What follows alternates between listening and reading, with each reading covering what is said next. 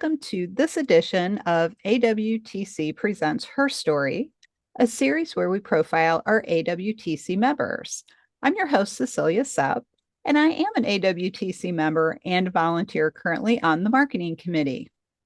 This month, we are welcoming Chantal Almonord as our guest. So Chantal, welcome to HERstory. Could you tell us a little bit about yourself? Sure. As you mentioned, my name is Chantal Almonord. I'm currently the Chief Information and Engagement Officer at HERstory, the Professional Society for Health Economics and Outcomes Research. I'm a board member at AWTC in my second year term, and I really enjoy being part of that organization. It is a great organization, and we'll ask you a little bit more about AWTC in a few minutes. But first, we would all like to know, how did you get started working with associations? I think it's a common story. I fell into associations, not necessarily looking for that, but really right out of school.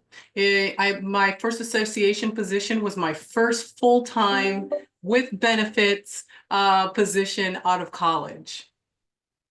That's really interesting because you're right. That's kind of unusual, though, to go right into it right after school. What was it about that job that attracted you?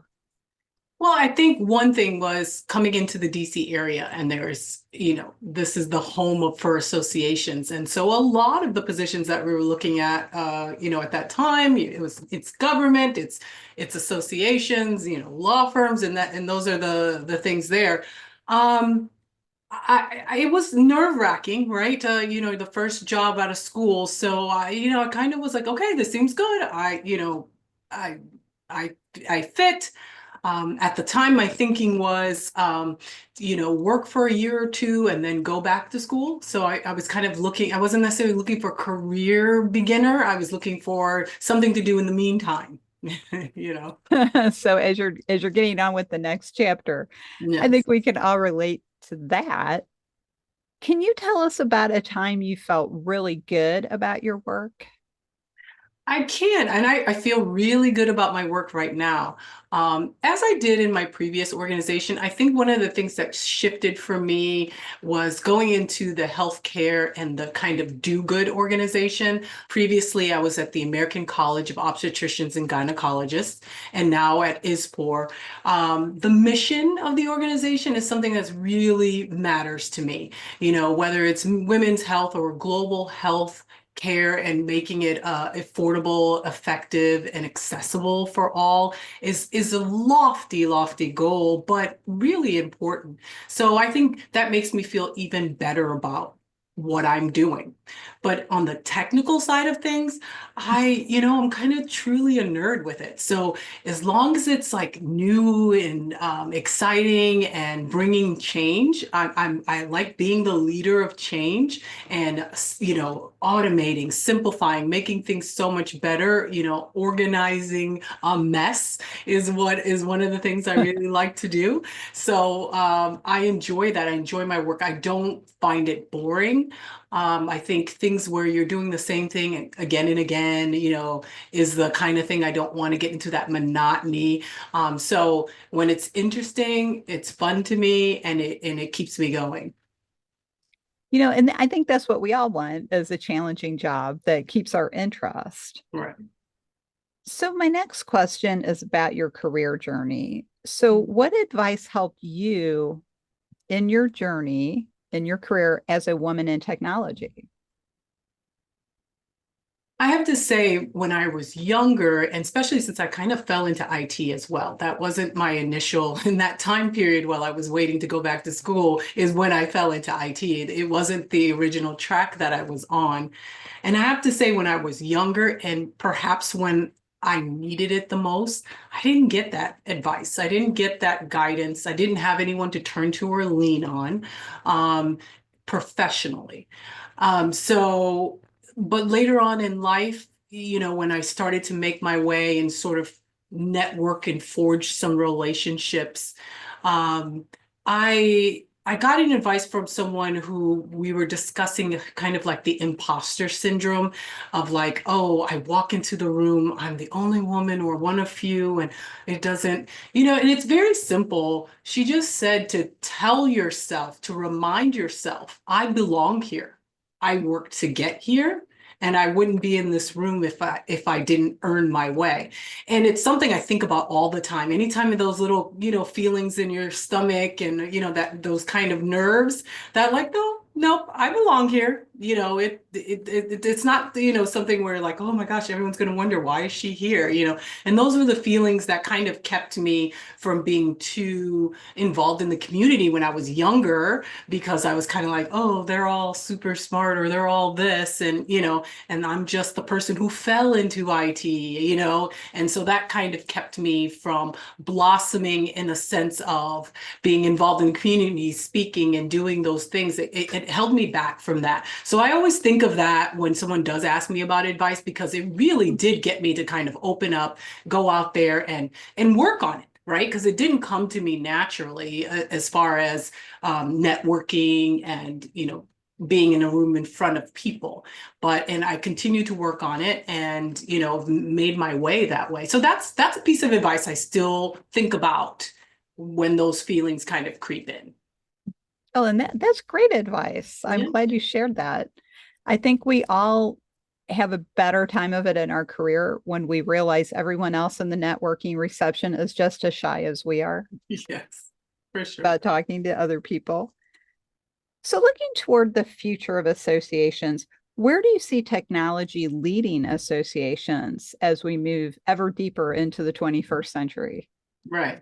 I'm glad you asked the question that way, because I do believe technology is leading associations. You cannot go anywhere as any kind of organization without technology, right? I mean, the basics. And I think right now is a key time as we look at AI and what AI is doing in the world, right? And associations are not excluded, right? So we have to think about and welcome that change. I think a lot of times there's that hesitation, we've got a website, we've got a mobile app, we've got these things. Why do I need AI? But it's about not being left behind, because this is the type of technology that is really shifting and changing things. And as associations tend to be the owner of a lot of information in a specific area and specific field, you've got to leverage that and make it available at the rate or at the volume that it may be necessary to access it. And that AI is the tool that's going to help you do that. So I hope that people are, even if you're slow to adopt, even if you're slow to kind of make those moves, are making those moves.